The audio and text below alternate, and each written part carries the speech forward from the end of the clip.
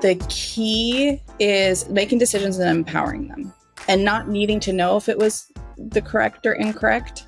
There's positive and negative consequences to every decision that you make. And you can try and anticipate them, but you're not going to know them until you actually empower that choice and like move forward with the thing. And then be willing to make another decision. The harder part is not letting other people's ideas about your decision making stop you from making the decisions that you want to make. Welcome to the Shaping Freedom podcast, where we dive into conversations that inspire personal growth, transformation, and clarity in challenging times. I'm your host, Lisanne Basquiat. Today's guest is a woman who has done something truly rare. She's built a product that became a brand that became a movement, and a movement that became a community. Nichole MacDonald is the visionary founder and CEO of the Sash Bag. The Sash Bag is a crossbody design that solved a real-life problem and gained a global cult following. It wasn't just about convenience or style, it was about freedom. Nichole's creation became a symbol for women who were ready to ditch the baggage, literally and metaphorically, and carry their lives with more ease and confidence. But what makes Nichole truly extraordinary is what she's done beyond the bag, on top of the work that she's done with the bag. She's one of the most respected and beloved entrepreneurial leaders in the San Diego community. Through her years of hands-on leadership with NABO San Diego, including serving as chapter president, her connection to San Diego's entrepreneurial leaders looking for support and mentorship, she serves. She's lifted others while also climbing. She fosters collaboration and championing women-owned businesses, and has been doing that long before it became a trending topic. Nichole's not just a businesswoman, she's a community architect. She's bold, a heart-led trailblazer, and she shows up fully and completely, even in the messy middle of life and business. And she always shows up with authenticity, wit, and with an open heart. She's held space for others, advocated for policy change. She builds teams. She's rallied backers and turned roadblocks into stories of triumph. And along the way, she's curated a loyal and loving tribe who don't just buy what she makes, they believe in who Nichole is. She's a proud mother, a fierce friend, and a personal source of inspiration for me.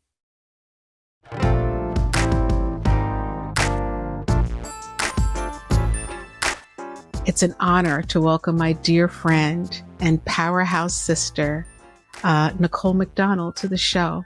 Nichole, welcome. Oh my gosh. I didn't know I was going to cry in the first 5 seconds. This is you, but this is you. I felt nervous, and I don't really feel nervous. I usually feel excited about interviews. And for some reason, I was twirling around a bit. I felt the same thing. Right? Yeah. And I was like, wow, well, I don't know. What are we going to talk about? What are we going to talk about? Which is hilarious because you and I talk all day, every day, every day. So anyway, I am really excited that you've agreed to come back on the show. I want to share, some of your incredible magic and resilience and power and mentorship with the Shaping Freedom audience. And I guess let's just kind of dive into it. How are you? What's going on? What are the problems? And solve them. I'm kidding. Of the world, of my life? Of all the world. Of the world. So I guess we could start with this. You have created this incredible movement. And again, I think it's so beyond a brand. And this conversation isn't just from the perspective of you being an entrepreneur and founding the Sash Bag. But you've created this movement, a national movement amongst women and people who wear this bag. What has that kind of leadership meant to you And was that your intention? Well, I'll start with, was that my intention? And no, not initially. So everything that has happened with this community movement it happened naturally. It happened organically. I didn't expect it. I didn't know what to do with it. It wasn't a strategy. It really came from the product itself is something that changes people. And I hear this over and over. And the reason is because it like literally changes your physiology a little bit when you stop carrying a purse that's like kind of even a little bit like making you off center. And then there's also the mental capacity of like not having to worry about this thing that you're carrying around. And so it shifts you in multiple ways. And what I noticed is that people were so impacted by that shift that they were wanting to talk about it. Like, Yeah. oh my gosh. And it seems like a small thing, like, oh, a handbag, a purse. But when you think about it, like for centuries, there has not been any innovation in the way that women carry things. And so it just did something to people where they wanted to connect. And so that was happening so naturally that I thought, okay, well, I need to create a container for that. So people aren't, reaching out to me, and they were trying to connect on our Facebook page and commenting on each other's things. And I'm like, all right, let me organize this a little bit because I think there's something to it. So that's really how it began. And then what it has meant to me is this is going to sound like an exaggeration, but everything, because everything that the company has been through, and we have been through a lot, the only reason I've been able to get through it is because of the community. Because these women are like, we're not going to let the pandemic ruin your company. We're not going to let a manufacturing conflict ruin your company. Like, we're here, and this is about all of us. It's not actually about the purse. So that's how it has turned from just this idea for connecting into literally the thing that makes my business work. Yeah, I think the carrying the bag is such a metaphor for the experience that so many women have, right? Yes. Where things are one-sided and we feel burdened and we're trying to find a way to fill the other side and balance things out in some way.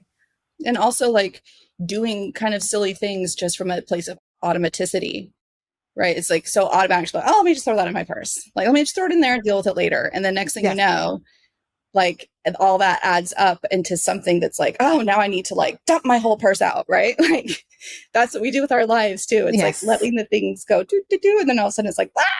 Exactly. Yeah. What I love about the just the way the sash bag is designed is that it actually is designed to accommodate our ever expanding capacity, and so it's like you start off and it's very, and it's very, slender in design, intentionally, I'm sure. And then like you do have the ability to put more into it, but it also reminds you to pay attention to that.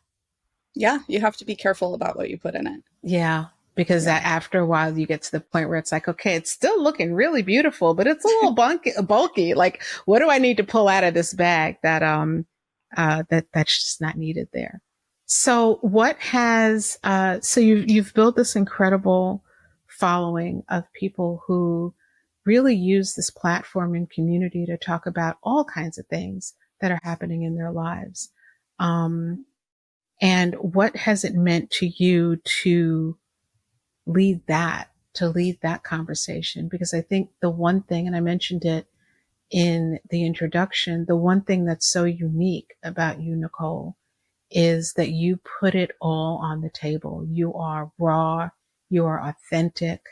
I can tell you the things that I see that you model. You model what life looks like when you truly want to be baggage free. I mean, you're vulnerable. You share your wins. You share the losses. You share all of it, the entire journey. What has that been like for you to model that for so many people? It's been a lot of things. I'll start with sharing the feedback that I get, like what it's been for me is knowing what it's doing for other people. So I often get people reaching out to me after every time, everything I share, somebody or multiple people will reach out to me and thank me for it because I said something that they wanted to say or that they wish people would say, or I had them feel seen, you know, because there's things that we will say out loud in this community that a lot of people only think. And the other thing is that I've created a lot of safety in this group because I do monitor it very closely and make sure that the conversations are staying positive and elevated. Like, we don't need to talk about everything, right? We want to talk about things that are real and true and vulnerable, but we also like are zero tolerance for negativity, for hate, for name calling, for anything like that. So it's like this balance of being open and sharing, but also like being a stand for it being a positive experience. And if you have something shitty to say about something vulnerable I'm sharing, get out, right? And so then that allows everyone else to know, like, oh, this is a safe space for me to share and for me to connect. Yeah, I love that, because it's like if you're in the community, someone will say something and somebody will maybe come on and make a comment that is really unnecessary and kind of, nasty. And it's almost like before you could get in there, the community is like, no, leave her alone. Yeah. She said that this is going to happen, or she already shared that. And so it's really just as someone who aspires to build community or who is in the process of building community, you're such a role model, again, an inspiration for how to do it and how to do it with love and with heart and welcoming heart. There's no one that goes through your community in real life, online, in your meta group, in your SASH community. There's no one who experiences you who doesn't get the joy of feeling 100% seen, appreciated and respected. And that is rare. Mm. And I'm hoping, can be more normalized. I was just going to say that I wish it wasn't so rare. And I think that's why it's so, I don't want to use the word addicting, but it's like, and so inviting for people, right? Like, because there aren't a lot of places where people feel really safe to be themselves. And like, someone is going to protect you if someone comes after you, or, to like, have those boundaries in place. The internet is the wild, wild west almost everywhere else you go. So literally. So how do you do that? Like, what are, if you were to think about like the 3 to 5 principles that Nichole MacDonald lives by, what would they be? Well, I think the first one is responsibility. So I always try to communicate from a place of responsibility so that I'm not leaving a lot of room for people to say something to me that I don't already know. Like, I already know that. Like, I already said that, you don't have to say it again. So there's that. Yeah. And then there's compassion. So I always try to imagine how someone else is feeling. And I do that in my communication, but also when I'm moderating my community. And I can't tell you how many times this has happened. So this happens in the community. It happens with customer service. And just a little aside, I train my customer service staff to treat people the way you would treat a friend. And I mean that genuinely. And compassion is such a huge part of it, because if you can understand that, like, people are peopling all over the place, they're coming into the community, they're coming into our inbox, and they're peopling. So most of the time when they lash out, when you tell them something from a place of your heart and they take it in some other way and they get angry, if you can just, even if you don't have to know what they're going through, but you just like assume like, okay, there's something else that's underneath this that actually has nothing to do with me. Like, I've already taken responsibility for what I need to, right? So that's already established. So I know that this has nothing to actually do with me. So what if I just connected with this person? And I can't tell you how many times somebody has popped off and then either like customer service or in the community. And then when you meet them with compassion, then it turns around. The real story comes out. Yes. And yeah. How many times people will say like, oh my gosh, I'm so sorry. This was happening. That was happening. And you're right. I didn't mean that. And then I'd say the other place or the other value, I forget the way you worded the question. Just principles that you live by, like, yeah, levity, humor, not taking things too seriously. Sometimes that rubs people the wrong way because they think that you might be just like blowing off a problem. But it's like, no, if I took every problem super seriously and like got upset, I would probably be dead right now, like sometimes I just have to laugh. Right. And it can also be a really great strategy for people that lead communities and have, a presence and a brand online, that when people are peopling, sometimes you can hit them with some humor and it just flips things around.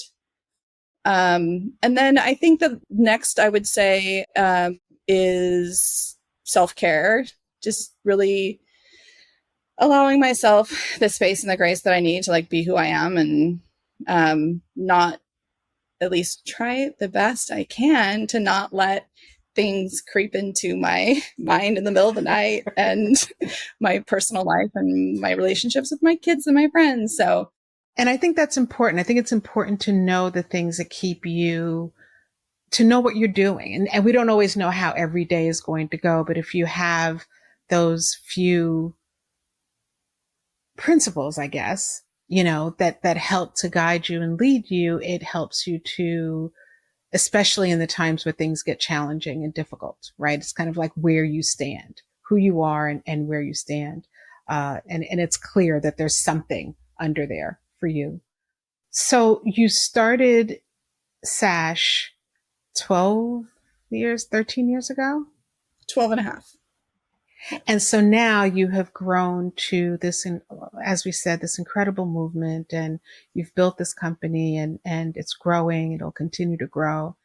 Was there anything in your past that prepared you to be in this position professionally? It depends on how you view that question.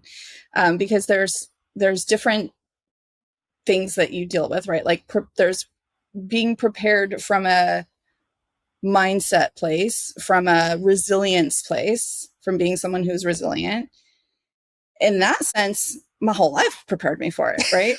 Like, I'm like a professional at that, right? Yeah. In terms of managing a multi-million-dollar company, no, like no preparation for that. So it's, but then I could have had a life where I was only prepared for that, but I wasn't a resilient human. And then I would have a different set of problems. Right. So I think it's a combination of things, but, especially when you're doing something that's unknown, like if I was going to open a Subway franchise, I would have a, big binder telling me like everything to expect and everything to do. So I think even somebody who would feel prepared, when you're creating a product that's never been created and you're creating a market that's never been created and you're doing it in a way that isn't done, it's not what's taught in marketing classes. I don't think there's any way to prepare. So it is all about your mindset, your resilience, your ability to pivot and think on your feet and let, the difficult things just roll off you and all of that. Yeah, I think it is those things. I mean, I think that that's kind of part of the secret sauce. And I know that a lot of folks come to you and want to hear how you did it. And or how you're doing it. There are the 12 steps, that you can take. You start a business entity, you create a team and all of that. But it's those other things that cause you to reach into your toolkit for strength, determination. The other thing about you that is amazing, and is that you also model confidence in yourself and a trust in yourself. You make a decision and you go with that decision, and you have that conversation with yourself, and then you choose to move forward. And I think that that's something that a lot of people admire about you. And it's something that a lot of people would like to have, because so often people listen to everyone else and put their own opinion, their own thoughts, their own wisdom last. How do you do that? Well, I guess that's maybe one of the benefits of not technically knowing what you're doing, right? Is that you just do whatever you want. You used to just having to kind of guess, right? And then over time, that guesswork becomes more connected, to your intuition.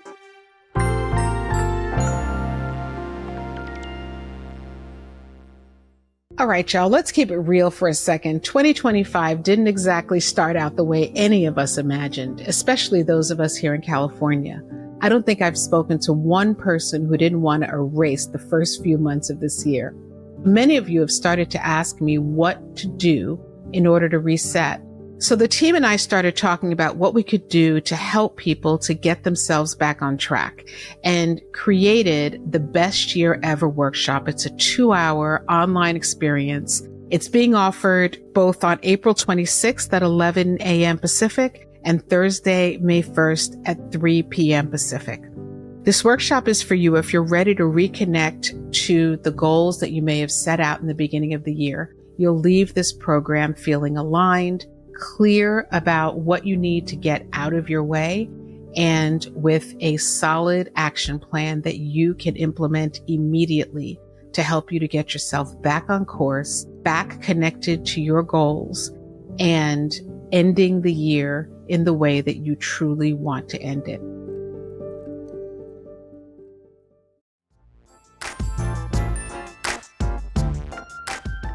Trusting myself is an interesting relationship I've had that's gone up and down over time.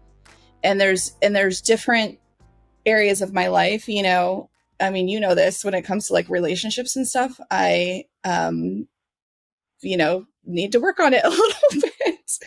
But when it comes to my business, I wouldn't say that. I wouldn't say you have to work on it. I mean, I think it's another conversation. Okay, we'll leave that. What I do is, if I'm clear on what I'm trying to create and I'm clear on my goal, and I don't always know the exact steps, I just guess. And then I check in with my intuition and see if it feels right. And then I just do the thing. But I think the thing that allows me to trust myself and to just kind of go for it is also because I know that I'm a really good problem solver. So if something doesn't go right, I know I'm going to be able to fix it. I know I'm going to be able to pivot. So I think it's about knowing yourself and knowing what you're good at, what you're not good at. And I know that I'm good at certain things. I'm good at communication. I'm good at problem solving. I'm good at being agile. So I think that helps me trust myself. If I didn't know what I was good at and I didn't know what I didn't know, then I might have a more difficult time. Yeah. Thank you for that. And I asked because, that's what a lot of people want to know. And one of the things that I try to offer with my guests for those who are listening is steps you can take, or how, because there's a lot of talk about, become a successful this or have a great that. And there isn't a lot of conversation about the how part of it. And I think what I get out of this is, for the audience, is it really is just as much about the softer skills of problem solving, flexibility, confidence in yourself, confidence and trust in yourself, good old fashioned hard work, and being willing to try things and fail, being willing to experiment with different things. A big one too is in the coaching work that we do, we call it the ability to be with. Yes. So being able to be with conflict, be with stress, be with problems, not operate on top of them, but just be with them, and your capacity to be with things that are difficult grows and grows over time. So it's almost like working a muscle, like your ability to have things thrown at you and just continue to put one foot in front of the other. And if you're trying to look so many steps ahead, it's going to feel impossible, but each step along the way will expand your capacity. Absolutely. I agree. Yeah. Getting back to the relationship thing, not to go too deep into it, just because we said it, we opened the loop, so we have to close it. It just, somebody out there is hanging, waiting for an answer. So not to go too deep into it, but I do think that the solution to one is really the solution for all. I mean, I think that sometimes we, if you're willing to go through this conversation with me for just 2 minutes, I think sometimes we lose sight of the fact that we just want one of whatever it is, one great business, one great romantic relationship, one of whatever it is. And I think that in romantic relationships, because it actually involves another, we can forget that the goal really is to have one. To find that one, your person. And it takes time. It takes time. It takes patience, and it takes being very clear about what you don't want in your life. I just had an epiphany that I think for me, the difference, and this is something that I learned in between my first business and my current business. So I had another business before this that was not successful. And it was a business where it was a similar type of product, different design, but it was the same category, the same industry. It was a handbag. And I believed so much in that product. And my belief was greater than the evidence that this was something that was going to work. Right. So when I started the next business, I approached it completely differently. And everything I did was different. And we can talk about that if you want to talk about it. But I took more baby steps. I didn't rely on my passion. It didn't matter how passionate I was about it. If other people weren't willing to part with their money, it's not a business. And it doesn't matter how many people tell you that they love it, or people who love you buy it. Right. So I got so hyped up in my first business with the fact that people loved what I was doing. And I had a dangerous set of skills, right? I could make something look good. I knew how to make products. I have a background in product development. I have a background in graphic design. I have a background in marketing communications. I've worked in consumer product goods for 22 years, right? So I can make something look great, and I can talk about it in a way that gets people excited and gets feedback and all of that. But at the end of the day, if strangers who don't know you and don't love you aren't giving you their money, you gotta stop what you're doing, right? And It took me so long to learn that lesson. So with Sash, I started out, much slower. It was like, let me make 5 of these. Let me make then 20 of them. Let me go to another city where nobody knows me and set up a booth and see if I can sell these. Okay, yes, I can. All right, cool. Now we're talking, right? Mm-hmm. So the foundation of it was so different. And when I think about relationships, I think there's a belief and there's a vision. And what for me could get in the way is the lack of evidence, right? Or the lack of surety, because and I'm saying this because you were saying the solution to one is the solution to the other. I think what allows me to feel so confident with my business is that I can see it, right? I have receipts. I have orders coming in, customer feedback. I have all that. And with an interpersonal relationship, it is more based on feeling and gut and connection and trust, and a lack of evidence until there is evidence. Until there is the evidence. And then you're like, oh shit.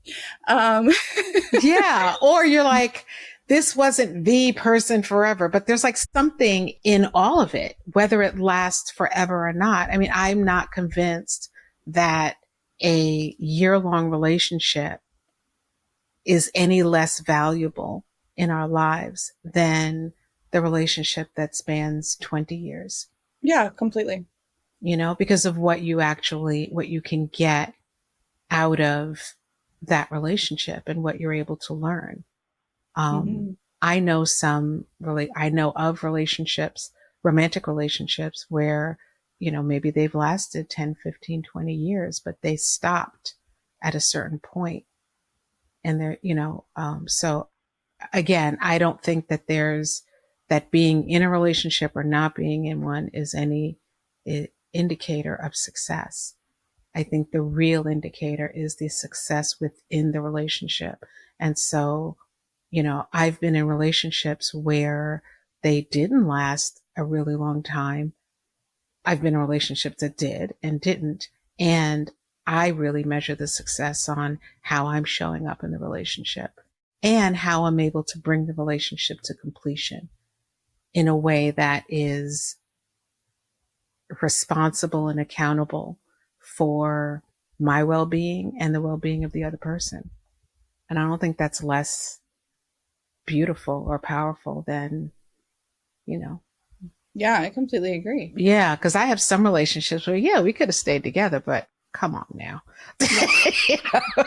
No, the lessons were done. The graduation happened, Yeah, I don't think longevity is like a mark of success in a relationship. I think it's, transformation and growth and absolutely. Yeah, there's so many things that you can get out of it. Yeah. That said, I'm ready for my person. You can say it.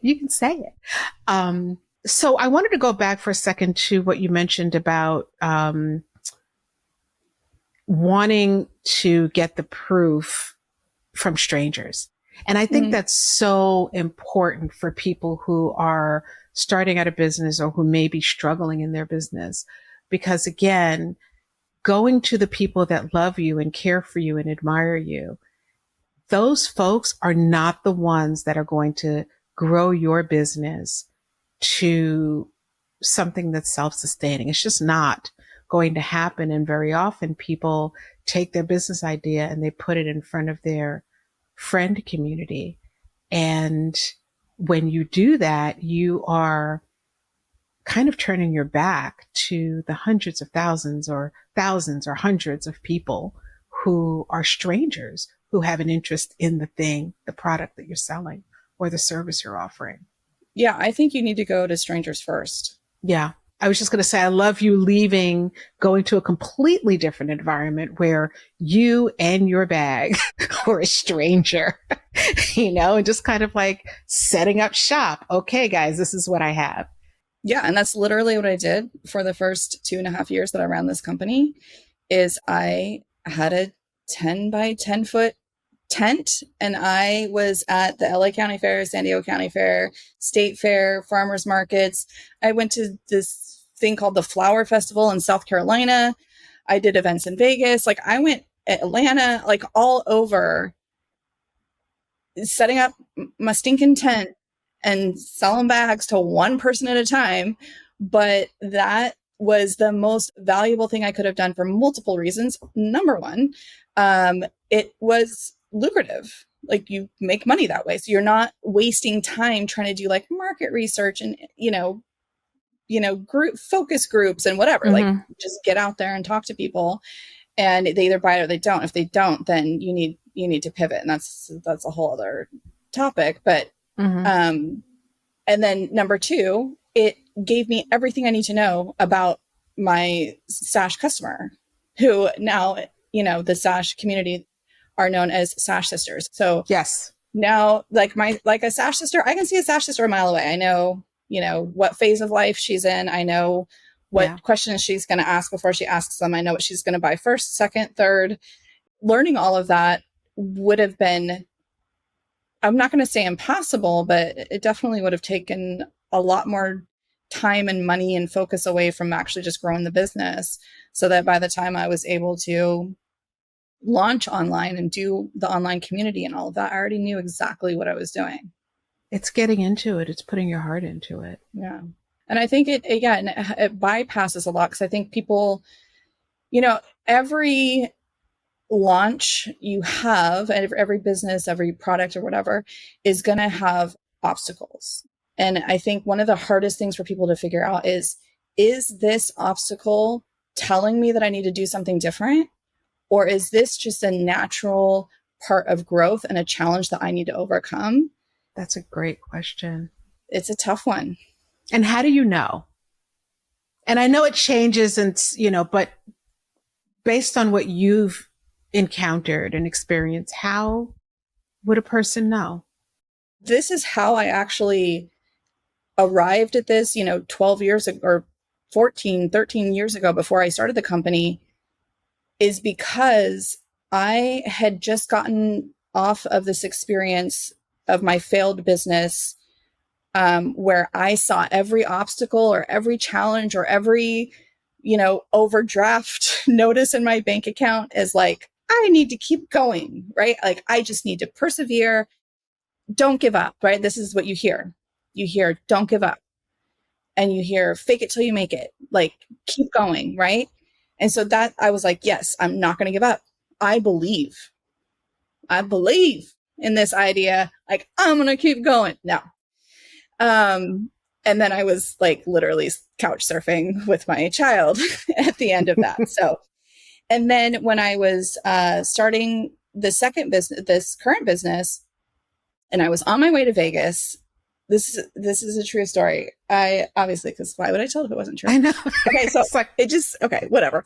Okay, so I'm in my little tiny car, and I've got Kiva in the back seat. She was a year old at the time. She was what at the time? She was a year old.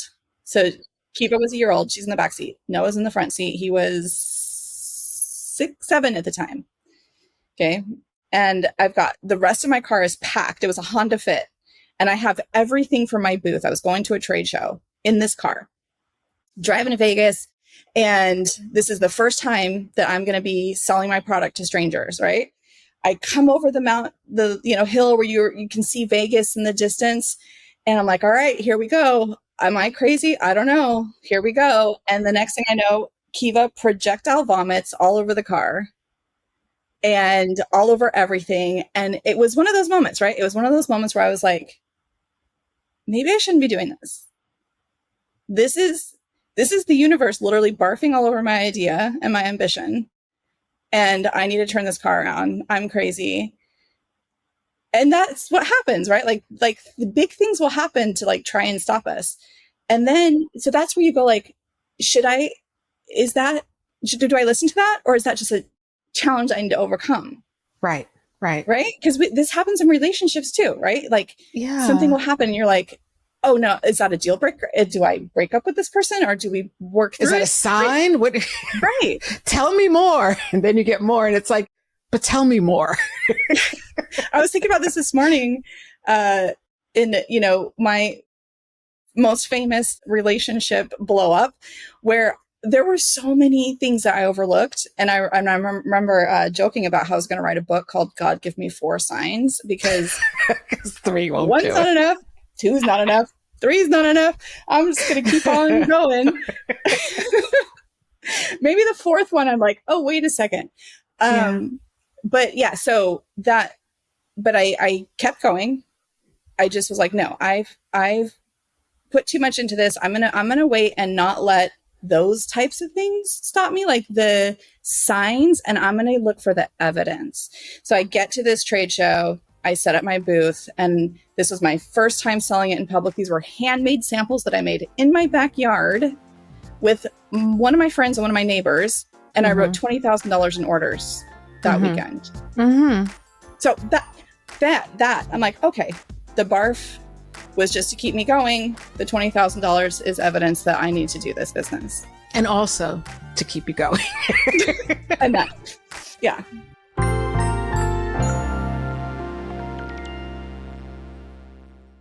All right, can we talk a moment about setting the vibe? If you're anything like me, your space needs to feel good in order for you to feel good. And that's why I created the Shaping Freedom line of candles. It's not just about ambiance, but really about how you align yourself internally. These are more than just candles. They shift your energy. Whether you're journaling, meditating, working out, or just taking a moment for yourself, these scents are curated to ground you, lift you up, and bring you back home to yourself. They also have an 80-hour burn time and scents that are designed to evoke feelings of alignment and internal congruency. And we can all use that. Go to shop.shapingfreedom.com and check them out. Find the one that speaks to your spirit, or buy all four, and let them burn with intention.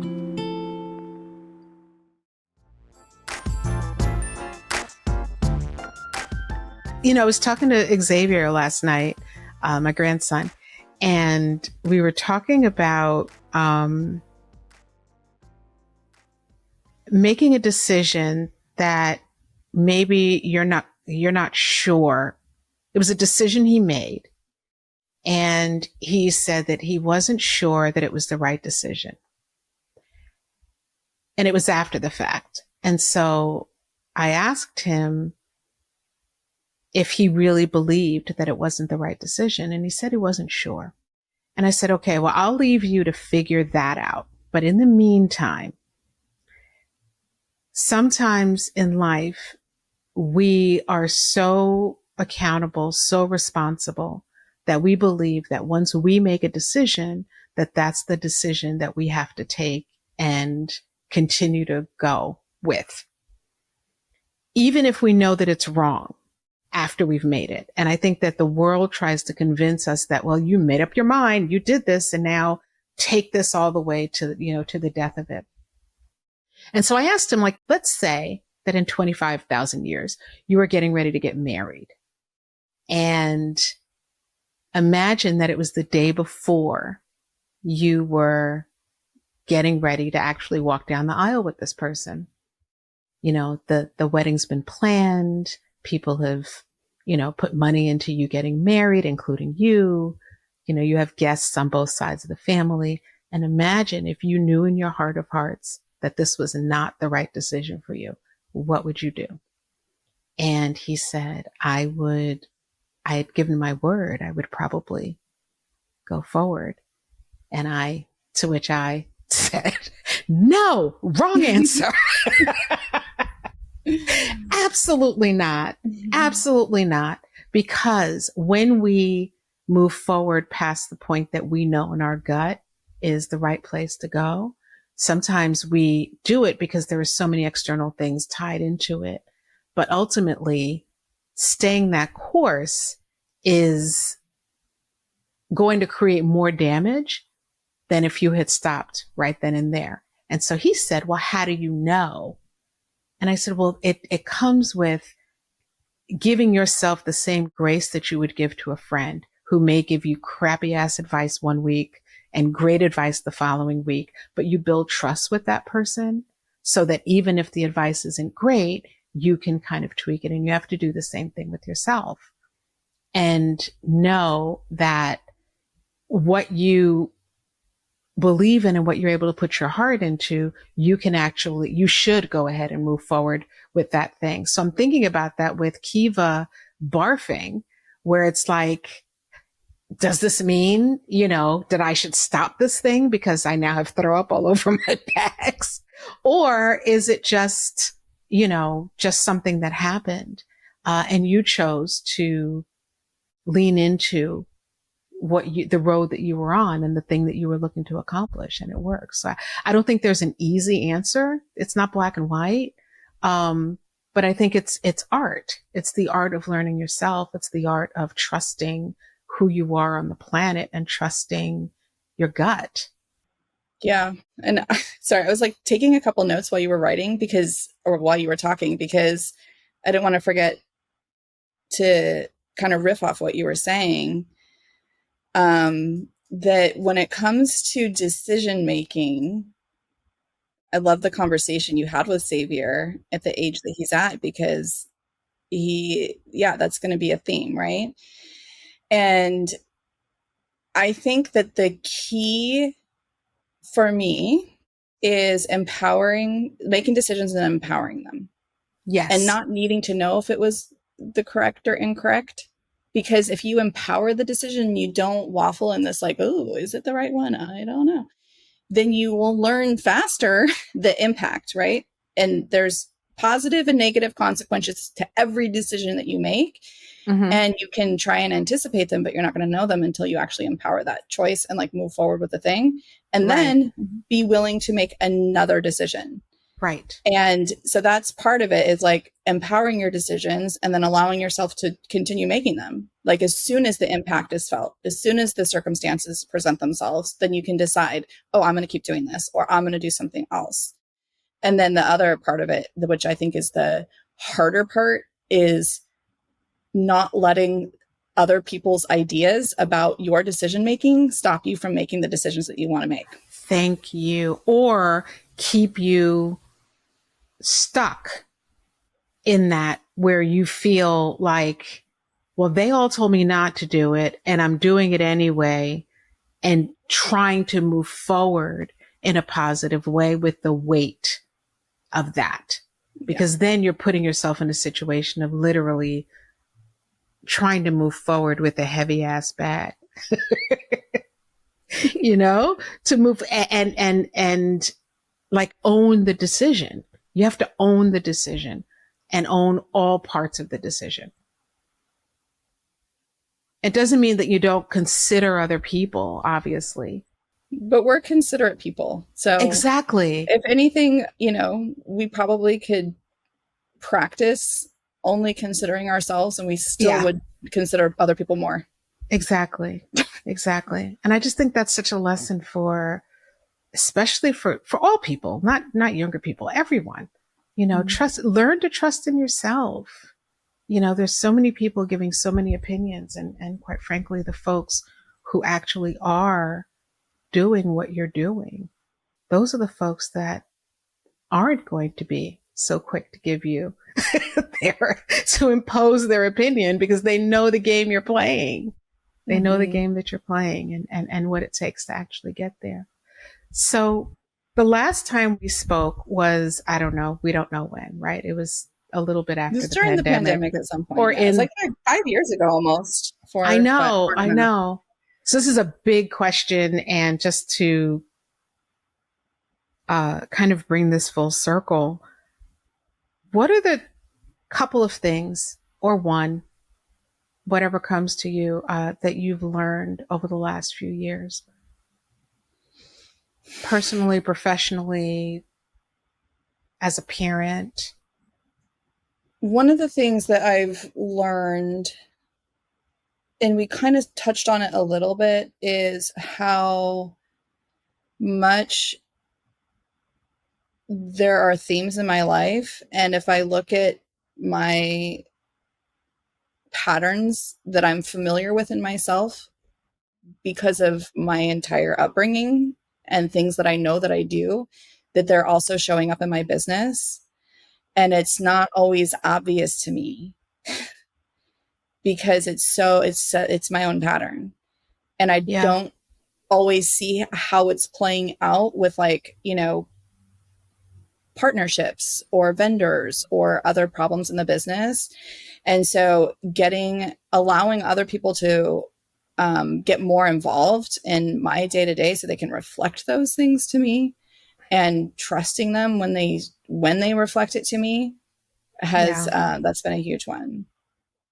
I would say another one is I've relearned how important my community is, because when you and I met on the last podcast, it was, you know, during the pandemic, and that I didn't know yet at that time how important that community was going to be to get me through that time.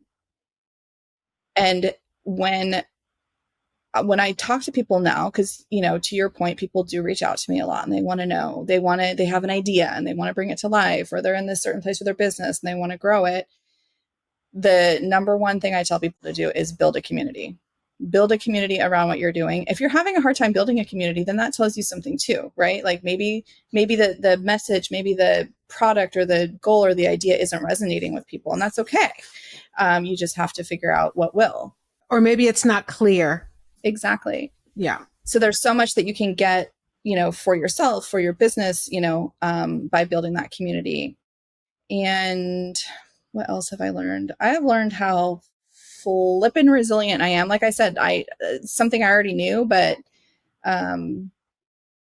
every challenge is an opportunity to reacquaint yourself with your own badassery. Yeah. Yeah.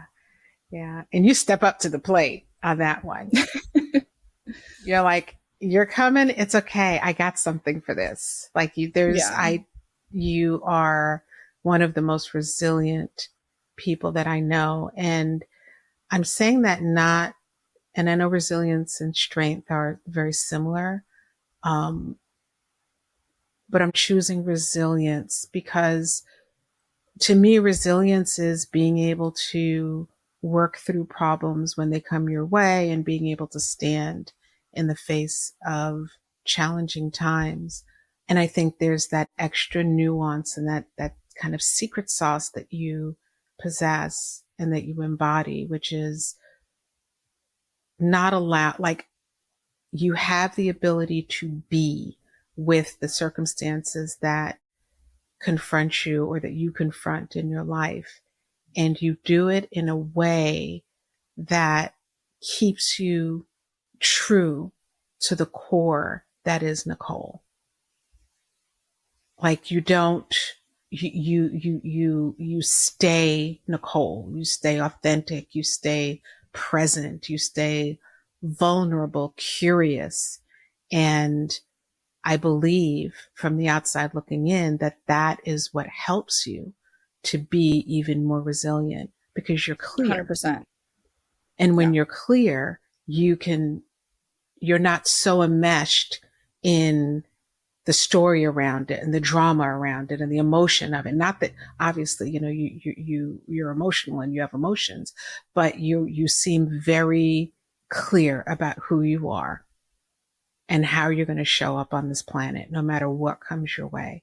And I think that that is something that is such an inspiration to those of us who know you and love you and walk this path with you.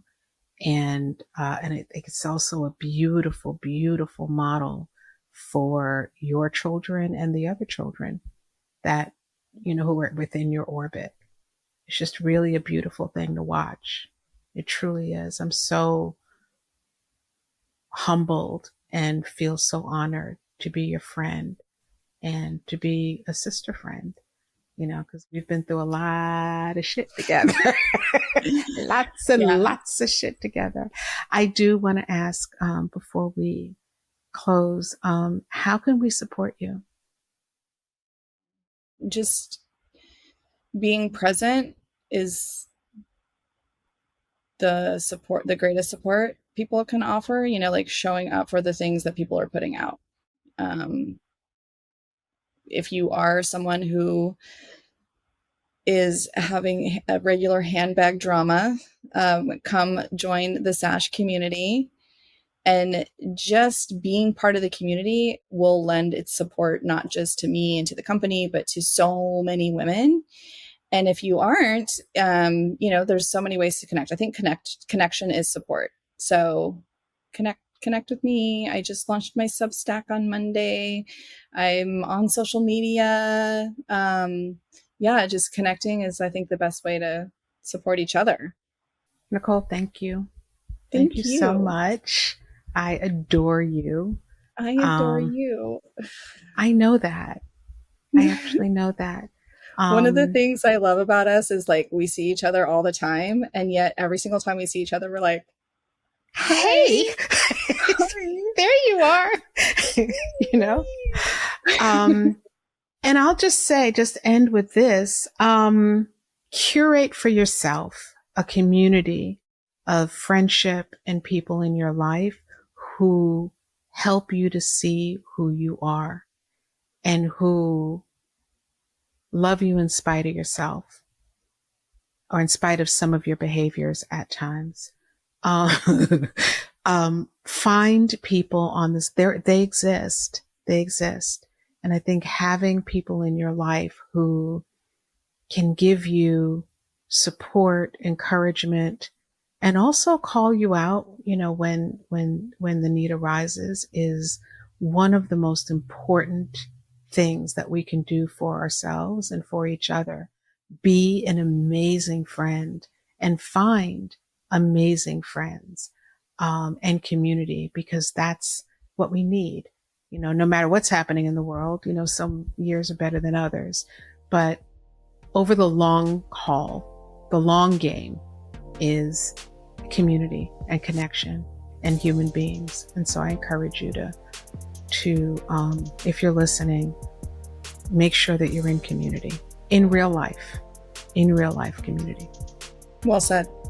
Yeah. Thank you. Thank you.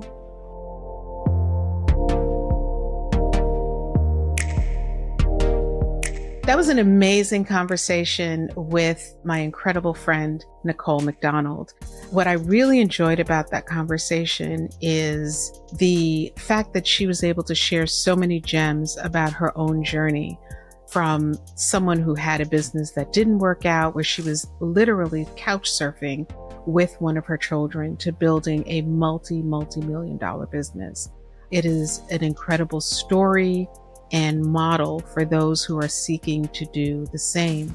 What I loved most about the conversation was her mention of the fact that you need to stop when you know it's time to stop. And I think that is wise and sage advice for many, many areas of life.